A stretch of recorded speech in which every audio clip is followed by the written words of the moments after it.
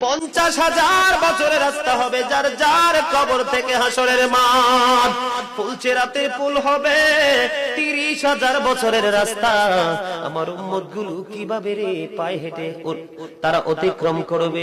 বন্ধু নবী এমনি এমনি কাঁদেনি রে, নবী জানিয়ে দিয়েছে কাল কিয়ামতের ময়দানে উম্মতগুলো খালি পায়ে থাকবে, মাটি তো তামা থাকবে। ও বন্ধু, তাদের শরীরে কোনো পোশাক থাকবে না, উলঙ্গ অবস্থায় থাকবে। এমন মা আয়েশা প্রশ্ন করলো, গো প্রাণের নবী, জানতে মনে চায় নবী গো, এই যে আপনার উম্মতগুলো উলঙ্গ অবস্থায় খালি পায়ে সবাই থাকবে গো নবী, তারা কি নারী পুরুষ একসাথে? কয় হ্যাঁ, নারী পুরুষ একসাথে। তারা কি কেউ কারো দিকে নজর দিবে না? এবার আমার নবী বলেছে, আয়েশা রে, কেমন করে নজর দেবে রে আয়েশা?